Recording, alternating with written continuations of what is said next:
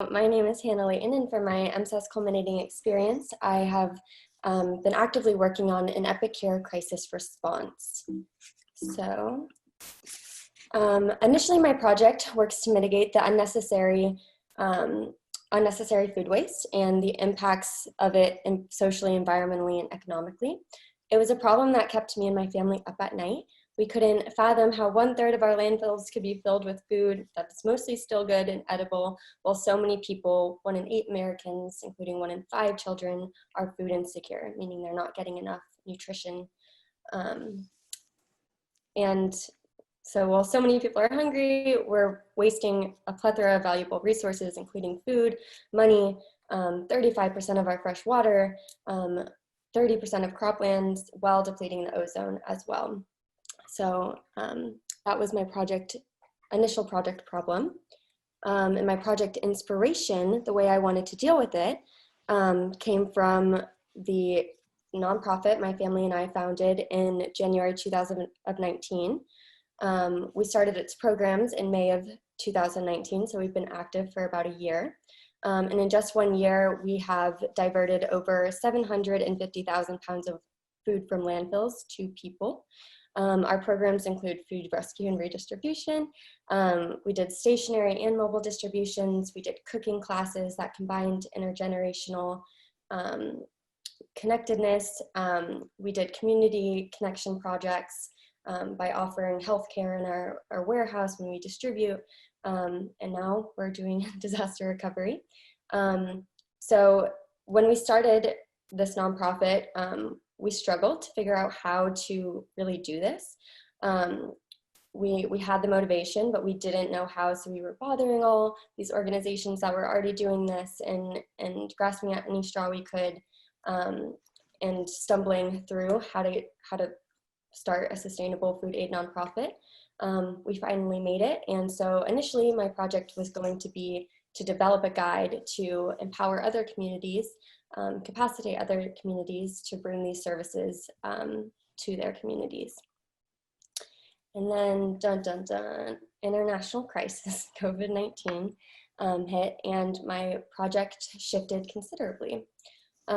So I saw an opportunity shift into a space where I had agency and where I could work in real time to provide timely and much needed community support. When I say much needed, I mean there's 250 food aid services in Northeast Florida, and only 87 of them are still operating. There's huge supply chain shocks. Where we normally get food, we rescue from retailers, and 70% of those of that food has depleted. We can only access 30%, so we had to figure out how to deal with supply chain shocks and a huge increase of clientele who needed our services. So I shifted my focus from what do we do with food waste to how can organizations like mine pivot in a time of crisis and increase relief efforts while dealing with supply chain shocks. Okay, so my intervention included developing a multidisciplinary team consisting of nurses and law enforcement, economists, and our clients, as well as national agencies and organizations like USDA and Feeding America. Having this variety of perspectives was really impactful and really crucial to creating the most informative and impactful strategy. With this team, we were able to scale up our volume and our reach of our aid very considerably, which I'll go into a little bit later. We were able to build trust and partnerships with influential agencies and continue to support our community resiliency. My intervention also included fundraising. My previous project did not have any budgeting, but this on-the-ground approach to enhance our operations, we had to fundraise considerably, which I'll talk about later as well. So my approach and methods. So when this crisis began to unfold, we weren't sure how it would affect us, but we knew we had to do our best to adapt and continue to support our communities. Thus, we worked through this very actively and on the ground. We did on-the-ground solutions building, and we've learned so much each week, and we continue to adapt to ensure that we can provide services to keep our stakeholders safe and healthy. I have been documenting our weekly adaptations to our procedures, to our distributions, to include safety procedures and efficiency procedures. I've been documenting this by note-taking, soliciting responses from our clients and our board, as well as taking video documentation each week to show the transition. I hope that, or my goal is post-crisis, to aggregate these different documents and identify our successes and our areas of improvement, so that next time we can be more resilient. So my active framework is the National Disaster Recovery Framework from FEMA. This framework recognizes nonprofit agencies as key stakeholders and contributors to community resilience during and post-crisis. So our short-term strategy was to organize volunteers to manage the supply chain shock, to find new avenues of food into the warehouse so we could get it out, and to build these partnerships with major food suppliers, national organizations, as well as reconfigure our programs to ensure safety of everybody involved. Intermediate, we're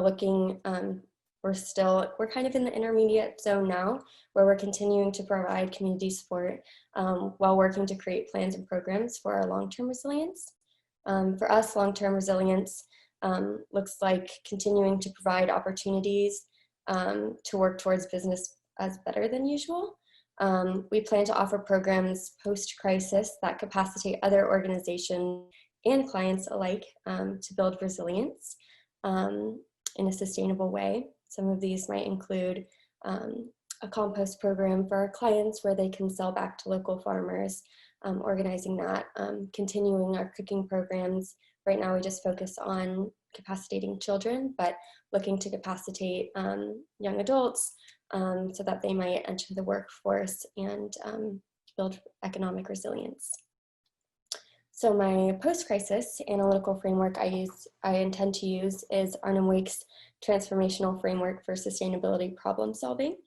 I plan to use this framework to determine if my solution strategies that I've implemented can get us to our long-term vision that I was just talking about, while appropriately mitigating the causal structures of the issue, the issues of food waste and food insecurity, which stem from a lot like institutional opportunity barriers, the globalization of the food economy, and so forth. So the outcomes, so pre-crisis, well, the crisis was still emerging in February, but just to give you some kind of comparison for where we are now, we were moving about 73,000 pounds of rescued food to about 1,500 families and doing about 21 distributions per month.